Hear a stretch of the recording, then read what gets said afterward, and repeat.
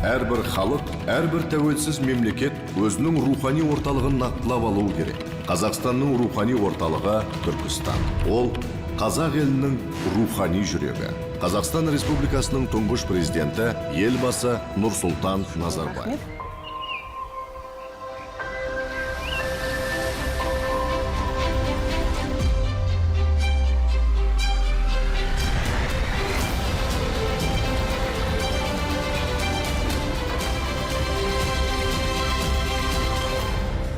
Біз ол кешеннің жағдайын, тарихи ғибараттың барлығын сақтауымыз керек.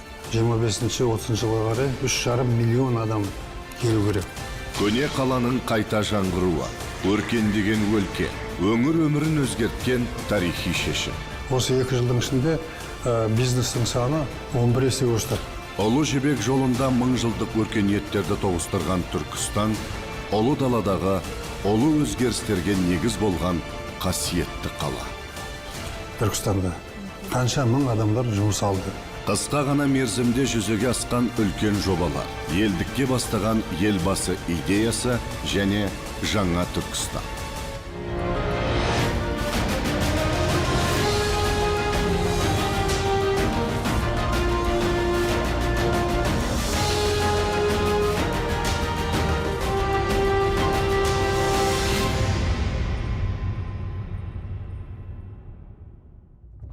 Түркістан.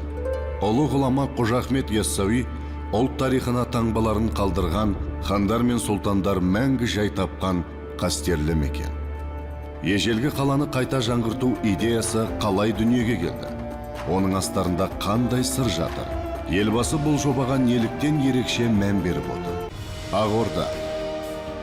Елбасы Нұрсұлтан Назарбаев Шымкент қаласына республикалық мәртебе беру туралы маңызды жарлыққа қол қойып, облыс орталығын Түркістанға көшіру туралы тарихи шешім қабылдады.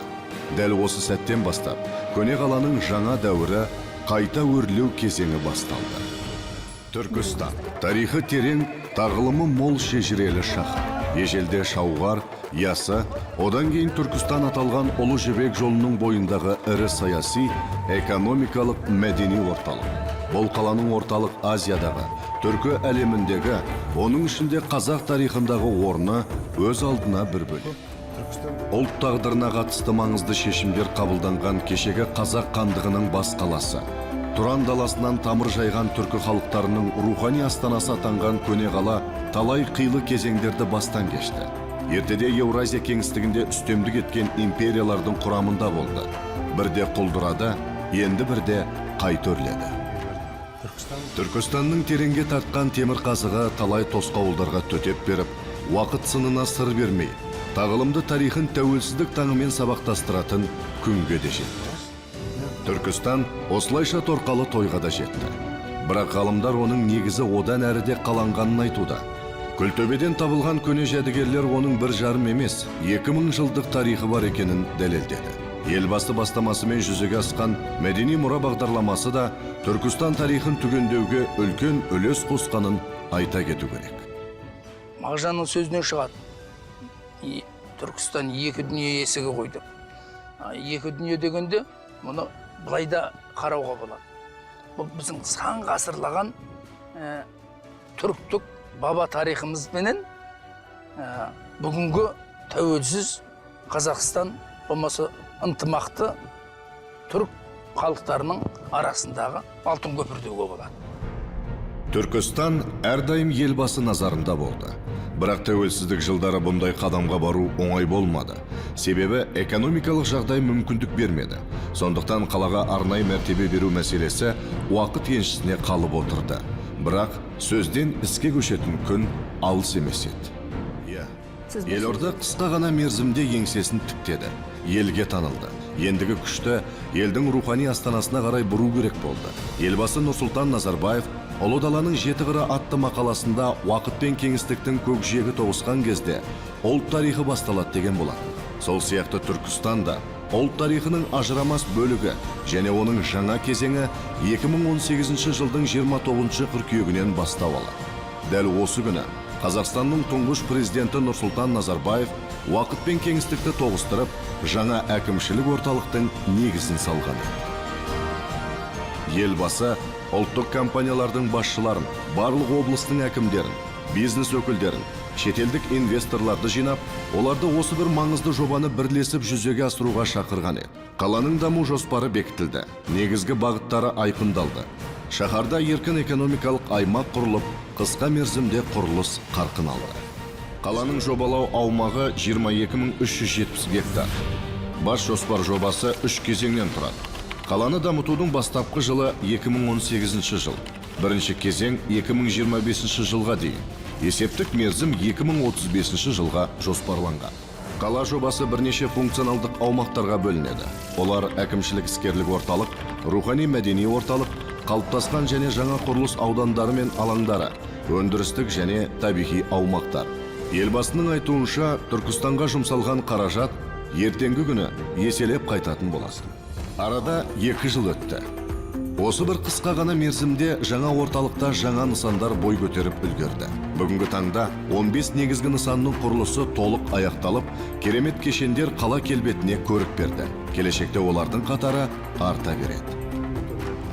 2018 жылы қала халқы 165 мың адам болса, бүгінгі таңда бұл көрсеткіш 176 мыңнан асты.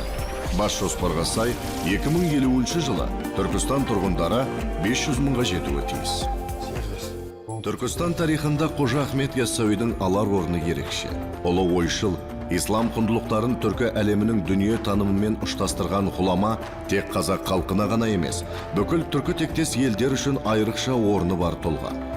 Сайрамда дүниеге келіп, Түркістанда мәңгі жай тапқан Әзірет Сұлтанға әйгілі Әмір Темірдің кесене салдыруы тектен тек емес. Ал күмбезді кешеннің 2003 жылы Парижде ЮНЕСКО-ның дүниежүзілік мәдени мұра тізіміне енуі шаһардың әлемдегі орнын айқындап берді. Егемендік алған жылдар ашылған Қазақ-Түрік халықаралық университеті де Қожа Ахмет Яссауи есімімен аталды. Қазақстанға алғаш арнайы сапармен келген Түркия президенті Реджеп Тайып Ердоғанның Түркістанға тәу етіп, оқу орнына арнайы ат басын бұруы білім ордасының бүгінгі беделінен хабар берсе керек. Kazakistan arasındaki işbirliğinin önemli sembollerinden biri olarak görüyorum. Dilimizin ve kültürümüzün gelişmesine, zenginleşmesine çok önemli. Бұл университет Қазақстан мен Түркияның арасындағы байланыстың ұлы символы болып табылады. Бұл арадағы қатынастың бірегей белгісі деп білуіміз керек. Мен үшін ұлы Қожа Ахмет Яссауи дүниеге келген қасиетті топыраққа табан тіреудің айрықша маңызы бар екенін атап өткім келеді. Әзірет Сұлтанның есімі күллі әлемге әйгілі. Ол Балқан, Анадолы және Түркістанға дейінгі аралықта мекен етіп жатқан халықтың бағдаршамы болған бірегей тұлға. Сондықтан оның атындағы университет тек білім беретін орны ғана емес, Қожа Ахмет Яссауи мұрасын әлемдік дәрежеге көтеретін орда болып табылады. Түрксой ұйымы 2017 жылы Түркістан қаласын түркі әлемінің мәдени астанасы деп жариялағаны белгілі. Түркі кеңесінің саммитінде қабылданған түркі әлемінің киелі жерлері жобасында Түркістанның маңызды орын алғаны тегін емес. Елбасының айтуынша, осының бәрі Түркістанды облыс орталық етіп жариялауға негіз болды. Түркістан халықаралық әуежайы тәуелсіздік тарихында салынған алғашқы жаңа айлақ екенін айта кету керек. Бұл жобаға да шетелдік инвестиция тартылды. Құрылыс рекордтық мерзімде аяқталды. Түркиядағы біздің қонақтарымыз, туристеріміз осы Түркістанда аэропорт болса, біз сол Түркиядан жылына емес, айына бір рет ұшып келуге дайынбыз деген өздерінің ойларын жеткізген болатын. Туристер тек қана кесенеге келмеу керек, осы біздің Әзірет Сұлтан музейінің аумағында орналасқан барлық тарихи объектілерді көру керек. Оның ішінде Күлтөбе бар. Күлтөбені білесіздер, ол жерде біздің ерамызға дейінгі 2-1 ғасырдағы ғимарат орындары табылған болады. Түркістан әуежайы 2020 жылдың 1 желтоқсанынан бастап қазақстандық әуе компанияларын қабылдай бастайды. Ал одан кейін әлем елдерімен байланыс орнайды. Ашық аспан режимі жұмыс істейді. Елбасы атап өткен керуен сарай көп функционалды туристік кешені тек түркі әлемін ғана емес, әлем назарын аудартатын жобаға айналмақ. Керуен сарай алдағы көктемде пайдалануға берілуі тиіс. Қазақстан, Еуропа және Орта Азия мәдениетін ұштастыратын жоба көне шаһардың үлгісі негізінде салынған. Және онда заманауи қонақ үйлер, шығыс базары, мейрамханалар және жасанды көл пайда болады. Kervan Proje Sarayı bizim o projemizi dolaşmak için orada olan gösterileri, orada olan programları, orada Біз керуен сарай жобасын іске асыруға кірістік. Менің туризмде көп тәжірибем бар. Әлемде жыл сайын 2 миллиондай қонаққа, мейманға қызмет көрсетеміз. Мүмкіндігіміз көп. Яғни біз кесене жанынан туристерге тартымды үлкен жобаны жүзеге асырып, оған тарихи мән беріп отырмыз. Онда ерекше сәулет өнерінен бөлек театрландырылған тарихи қойылымдар арқылы Түркістанның өткенін көруге болады. Қазақтың түрік мәдениетін дүниеге танытып қана қоймай, тарихи тұлғаларда ұлттық спорт, ұлттық дәстүрді паш ететін арена ойластырдық. Бұл бір тамаша тарту болайын деп тұр. Біз оны іске асыратынымызға сенімдіміз, ал бізге сенім артқан елбасыға algısımız şeksiz. Onun için biz elbaşına müteşekkiriz, teşekkür ederiz. Rahmet yani bu büyük vizyon için. Түркістан аймағын көгалдандыру өз алдына үлкен жобаға айналмақ. Қазіргі күні қала ішінде және сыртында жасыл аймақтар құру жалғасуда. Бұның бәрі тұрғындардың өмір сапасын жақсарту үшін және қонақтарға қолайлы жағдай туғызу үшін қажет. 2019 жылдың басында қаланың тұрғын үй қоры 3,8 миллион шаршы метр болды. Ал 2025 жылға қарай бұл көрсеткіш 6,1 миллион шаршы метрге жетуі тиіс. 2035 жылы 9,8 миллион шаршы метрге дейін, немесе бір адамға шаққанда 28 шаршы метрге дейін өседі деп күтілуде.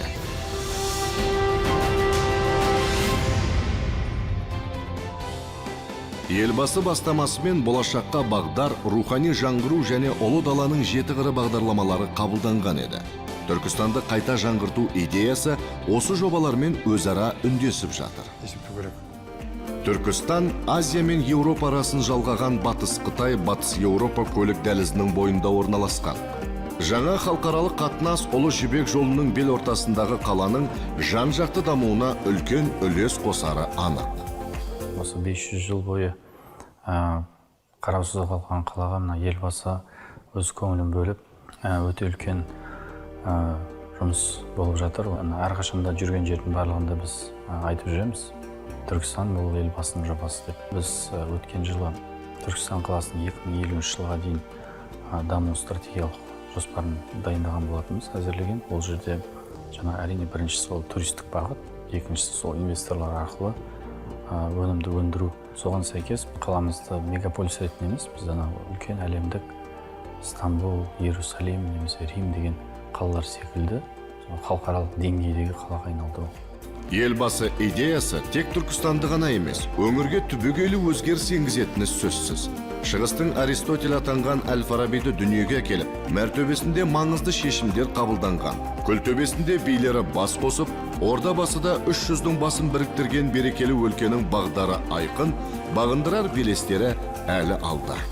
Жалпы Түркістан ежелгі көне қала болғанмен, осы кезге дейін қарапайым тіршілік жасап келген қала болатын. Елбасымыздың жарлығынан кейін Түркістан қаласы бірден жақсы бағытқа өркендеуге бет алды. Әрине, ертеңгі күні көркейген Түркістанда біздің ұрпақтарымыз өмір сүретін болады. Түркістанда өмір сүргенімізге біз әрқашанда мақтанатын боламыз. Өзім Түркістан қаласына 1 жыл бұрын Нью-Йорктан көшіп келдім. Бакалавр және магистратура білімдерімді ақш-та оқыдым. Өзімнің негізгі мамандығым цифрлық журналистика. Жолдасым екеуміз 1 жыл бұрын отау құрдық және осы киелі қаладан сапарымызды бастағымыз келді. Менің арманым осы керемет қалаға өз үлесімізді қосу, рухани астанамызға аянбай қызмет ету. Мен студентпін. Осы елбасымыздың бастамасымен ашылған халықаралық және туризм университетінде туризм саласы бойынша білім алудамын. Мен өзімнің болашағымды осы туризм саласымен, сонымен қатар Түркістан қаласымен тығыз байланыстырғым келеді. Себебі Түркістан бұл түркі әлемінің рухани астанасы. Біз өзіміздің өнерімізді көрсетіп арқылы туристерді өзімізге көптеп тарта аламыз. Түркістанда мектептер, балабақша, емханалар қатары арта береді. 2025 жылға дейін 15 мектеп құрылысы, 44 балабақша, 10 денсаулық сақтау нысаны, оның ішінде 3 емхана салу жоспарланған. Ал 2035 жылға қарай олардың саны 2 еседен көп болады. Әлем туристерін баурап алған Мысыр елі дегенде ең алдымен пирамидалар елестейді. Түркия тарихында Ая София немесе Сұлтан Ахмет мешітінің орны бөлек. Көршілес Қытай ежелгі ұлы қорғандарымен мақтанады, тағысын тағылар. Сол сияқты қазақ халқының рухани жүрегі Түркістан болып қала береді. Және оның жуық арада жаһандағы жаңа тартылыс орталығына айналатынына күмән жоқ.